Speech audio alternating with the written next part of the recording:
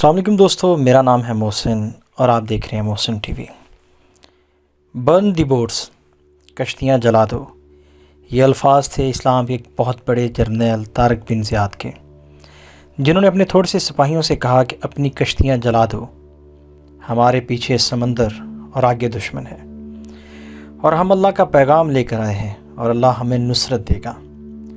طارق بن زیاد کی نصرت سے اسپین پر قائم مسلمانوں کی حکومت بعض کتب کے مطابق 700 سال اور کچھ میں 800 سال تک قائم رہی۔ مسلمانوں کی حکومت کو زوال تب آیا جب حکمران آرام پرست، عیاش اور بے فکر ہو گئے۔ مسلمانوں نے اپنے دور حکومت میں فنون تعمیر کو بہت تقویت دی، اور آج میں بھی آپ کے لیے مسلم فن تعمیر کے شاہکار میں سے ایک شاہکار لے کر حاضر ہوں۔ جنوبی اسپین کے علاقے کرتبا کے شہر اندلس سے 8 کلومیٹر کے فاصلے پر قائم ایک یادگار اور دل فریب شہر ہے، لیکن جو صرف 17 برس تک آباد رہا۔ جی، میں بات کر رہا ہوں اساطیری شہر مدینہ الزہرا کی، جس کا مطلب ہے روشن شہر۔ بلا شبہ اس شہر کا شمار دنیا کے خوبصورت ترین شہروں میں ہوتا تھا۔ جو بھی اس شہر کو دیکھتا دنگ رہ جاتا۔ اس شہر کو مسلم ریاست اندلس کے شہزادے خلیفہ سوئم عبد الرحمن نے تعمیر کروایا۔ اس وقت اسپین اور شمالی افریقہ پر عربوں کی حکومت تھی۔ شہزادے عبد الرحمن نے سن 938 میں اسپین کے شہر کرتبا کے مغربی پہاڑی سلسلے اور دریائے گوداگلیو کے دائیں کنارے پر اپنی حکومت کے دارالحکومت اور ایک نئے شہر کی تعمیر کا حکم دیا۔ یقیناً اس شہر کا شمار دنیا کے خوبصورت شہروں میں ہوتا ہوگا۔ یہ ایک ایسا شہر تھا جس کو جو دیکھتا دنگ رہ جاتا، اور اس کی تعریف کیے بنا نہیں رہ پاتا تھا۔ تاریخ کے مطابق اس شہر کا نام شہزادے کی پسندیدہ بیوی زہرا کے نام پر مدینہ الزہرا رکھا گیا تھا۔ یہ شہر 10 سال کے قلیل عرصے میں تیار ہوا، اور سن 945 میں شہزادے نے اپنا دربار بھی اسی شہر میں منتقل کر لیا۔ نئے دارالحکومت کی تعمیر کے لیے کوئی کمی نہیں چھوڑی گئی تھی۔ بعض ذرائع کے مطابق مدینہ الزہرا کے تعمیر میں 10,000 سے زائد مزدوروں نے کام کیا۔ روزانہ 6,000 پتھر کے بلاکس لگائے گئے، اور تقریباً 68,000 کلو چونا اور پلستر استعمال کیا گیا، جس کو 1500 گدھوں اور خچروں کی مدد سے لایا گیا۔ سفید سنگ مرمر پرتگال سے اور جامنی رنگ کے چونے کے پتھر کرتبا کے پہاڑی سلسلے سے حاصل کیے گئے، اور لال پتھر کو سیرا ڈی کیبرا نامی پہاڑی سلسلے سے حاصل کیا گیا۔ سفید چونے کے پتھر 85 کلومیٹر دور لیوک شہر سے منگوائے گئے۔ بعض تاریخ دانوں کے نزدیک مدینہ الزہرا سلطنت کی بھرپور طاقت اور شان شوکت کو دکھانے کے لیے بنایا گیا تھا۔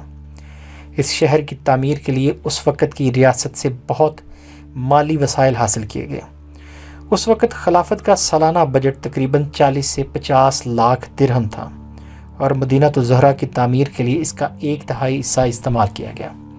زمین کی ناہمواری کا فائدہ اٹھاتے ہوئے اس شہر کو 3 سطحوں میں تعمیر کیا گیا۔ سب سے اوپر خلیفہ وقت عبد الرحمن کی شاہی رہائش گاہ کو انتہائی مہارت سے کشیدہ کاری، سجاوٹ اور شاندار ستونوں کے ساتھ تعمیر کیا گیا، جہاں ایک بڑے اونچے دالان سے خلیفہ پوری شان و شوکت اور جاہ و جلال کے ساتھ شہر پر نظر رکھ سکتا اور دور تک دیکھ سکتا تھا۔ دوسری سطح پر حکومتی عمارات اور اہم درباریوں کے گھر تھے، اور سب سے نچلی سطح پر عوام اور سپاہیوں کے گھر، مساجد، باغات اور حمام تھے۔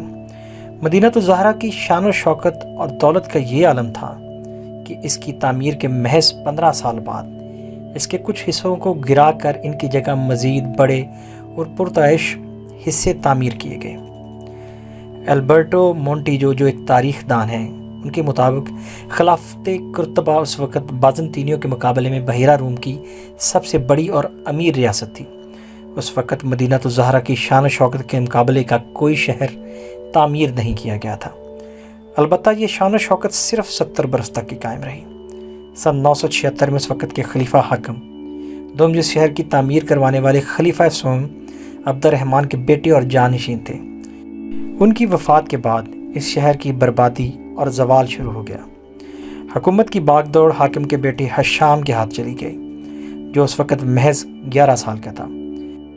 ریاست کو قائم و دائم اور حالات کو بہتر بنانے کے لیے زیادہ تر اختیارات خلیفہ دوم کے مشیر المنظور کے پاس چلے گئے، جنہیں حشام کے لیے وزیر منتخب کیا گیا تھا۔ مگر المنظور خود اندلس کا بادشاہ بن گیا اور اس نے اپنے ایک نئے شہر کی بنیاد رکھی، جسے مدینہ الزہرا رکھا اور مدینہ الزہرا کو چھوڑ دیا۔